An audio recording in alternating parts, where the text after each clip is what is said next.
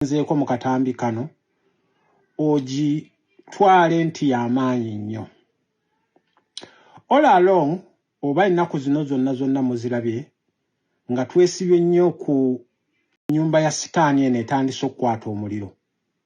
Because Oweekitiibwa Kyagulanyi Robert Ssentamu President waffe yatugamba nti until all of us are free, you will never be free. Gwe wenaalaba katambi kange kano ng'oli wa saidi eyo, ne bw'oba ng'oli mu saidi yaffe ng'otulimbalimba, until okutuusa nga ffenna tuli free, tewali n'omu agenda kubeera free. Kati ntandise bwe nti mwe mwenna mubadde mulaba Anita Amongo empire gya buildings. Anita Amongo ono si wa leero. Mwabadde bamulaba Anita Amongo. Anita Amongo yatandikira mu FDC. Era kyova olaba nga mwe mwenna mulaba FDC engeri Museveni gye yali aja approachingamu n'abagoberezi baayo si bwa approachinga fe abawagira National Unity Platform ne bwe tubeera nga tuli mu Uganda ne bwe tubeera nga tuli weeru wa Uganda. Fe atutemako emikono, atusiba, atukola buli kazambi yenna. Anita Amongo bwe yaleetebwa ku bwa speaker n'abeera nga asuubiza mukama we Yoweri Museveni nti buli kyoyagala kyonna nja kubeera nga nkikuyisizaawo.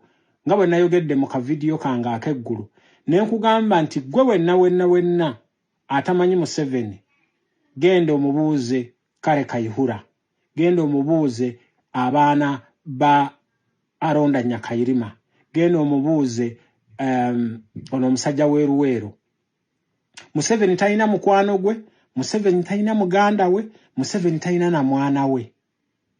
Okitegeera ne kakati ogwo omutima n'afande Muhoozi atandise ogwadoptinga, ate omutima ogwo nga mubi. Kakati Anita Amongo ekiseera kituuse nga NRM eno erina okugenda mu transition. NRM bwegenda mu transition egende nga bwegenda mu transition kiba kitegeeza nga ne Anita Amongo alina okugibwako omulimu. Kati Anita Amongo okugibwako omulimu, jjukira Anita Amongo ono abakoledde emirimu miyitirivu. Anita Amongo ono abadde agenda n'asindika pick-up mu State House ne zino na ssente ezo Anita Amongo n'azikozesa okubeera nga agula ba member of parliament, okubeera nga agula ba police, okubeera nga agula ab'amagye, okubanga bakola government byeyagala, naye bambi nga tamanyi nti abikolera government enfu. Kati time yatuuse whereby nti Anita Amongo yafuna ku mawulire nti bagenda kumukyusa. Kati Anita Amongo nga bw'abadde buildings empire ey'amaanyi, naye kwe abadde ya building a government within government. Kakati kwe kukwata the likes of Banammere okubeera nga bamukolera emirimu gye. Anita Amongo kakasente kabadde kamuyita maama. Hamukitegeera akasente kabadde kamuyita maama. Kati abadde n'ekirala kye yakola ekyobusiru kwe kubeera nga aggulawo bi WhatsApp group. Kati ne WhatsApp group kati nga sinaba kutuusa eyo, bano abasajja be batandika okwekengera Anita Amongo kwe kumuteekako kabanda. Mwenna mwalaba kabanda yatambula na Anita Amongo nga bali e Roma. Ola alongo kabanda abadde amutambulirako. Kati be WhatsApp group ebyo bwe babadde bazimbye, Anita Amongo abadde amobilizinze ba member of parliament nti okubwe banaatuuka okuloonya speaker ddako. Ba member of parliament both n'abali ewaffe wano njagala okubawoninga mu abali ewaffe. Mukumwe mwenna abakalondebwa waliwo ababadde subscribinga ewa Anita Amongo nti temukola ki temulonda ono oboth gwe bagenda okuleeta. Kati wano nkusaba gwe bw'obanga oli mu National Unity Platform nga wali ako ku ssente za Anita Amongo bwe bakukwata togezza n'otukola ki n'otulaajanira. Bamemba ba National Unity Platform abamu mubadde mwesirisizza. Bamemba ba National Unity Platform abamu muganye mu musajja zaake wano yagenza okulayira ye yalaze revolutionary member of parliament bw'alina okubeera abasinga mwaguleze keeki abakosinga mwakoze eki naye bwe babakwata ng'ate bagenda kubakwata kati maliriza ka video kano kubanga saagala kawanvu ennyo Afande Muhoozi okola ebintu bino kyenkusaba kyokka sharinga akatambi kano kabeereko shares nnyingi n'ekyokubiri nsaba buli point gye mentioninzeeko mu katambi kano ogitwale nti y'amaanyi nnyo all along oba ennaku zino zonna muzirabye nga twesibye nnyo ku nnyumba ya sitaani eno etandise okukwata omuliro because Oweekitiibwa Kyagulanyi Robert Ssentamu president waffe yatugamba nti until all of us are free you will never be free. Gwe wenaalaba katambi kange kano ng'oli wa saidi eyo ne bw'oba ng'oli mu saidi yaffe ng'otulimbalimba until okutuusa nga ffenna tuli free tewali n'omu agenda kubeera free. Kati ntandise bwe nti mwenna mubadde mulaba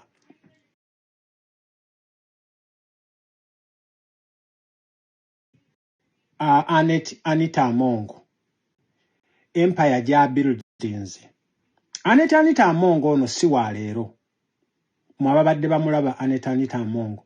Anita Amongo yatandikira mu FDC era kyova olaba nga mwenna mulaba FDC engeri Museveni gye yali aja approachingamu n'abagoberezi baayo si bwa approachinga fe abawagira National Unity Platform ne bwe tubeera nga tuli mu Uganda ne bwe tubeera nga tuli weeru wa Uganda fe atutemako emikono atusiba atukola buli kazambi yenna Anita Amongo bwe yaleetebwa ku bwa speaker n'abeera ng'asuubiza mukama we Yoweri Museveni nti buli kyoyagala kyonna nja kubeera nga nkikuyisizaawo nga bwe nayogedde mu kavidiyo kange ak'eggulu ne nkugamba nti gwe wenna atamanyi Museveni genda omubuuze Kale Kayihura genda omubuuze abaana ba Aronda Nyakayirima genda omubuuze ono omusajja weeruweero